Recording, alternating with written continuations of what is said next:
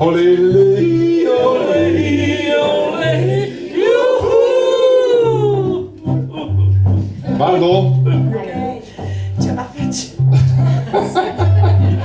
No, prendiamola come una canzone seria. Immagina il cantautore. Sì. La mia nonna sulla sedia a rotelle. Questa storia è la verità. Andò fuori un bel giorno, ma senza sapere che una vite e Andrea salta via. Un bel momento si stacca la ruota.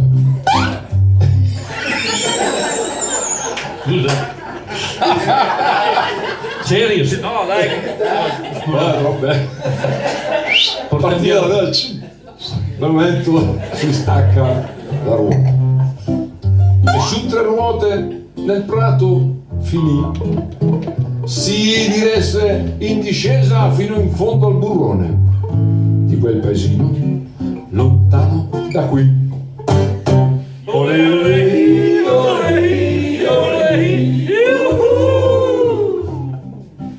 E il ragazzo che spingeva la sedia era l'orfano cieco Giosuè e disse: la tua figlia no, e quella cazzo di sedia dov'è?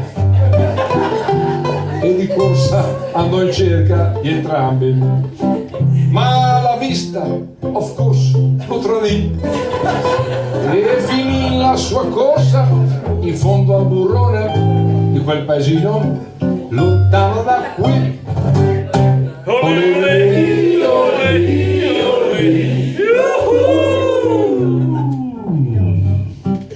Fu mandato a chiamare un dottore e qualcun altro l'ambulanza chiamò,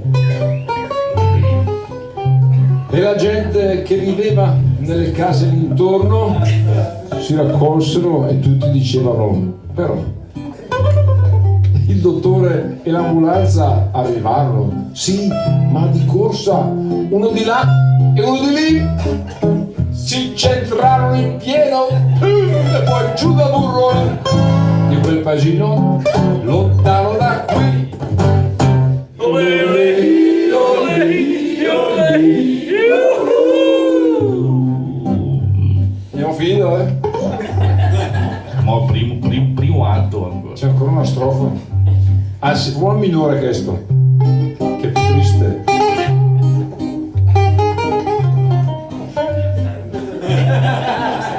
Fu mandato a chiamare Don Paolo a pregare per la gente laggiù e disse: Bota, ora che siamo tutti qui insieme, preghiamo per chi non c'è più. Maggiore, ma troppa gente si era raccolta, così il bordo del burrone franò, trascinando con sé tutti quanti all'inferno, tutti quel paesino lontano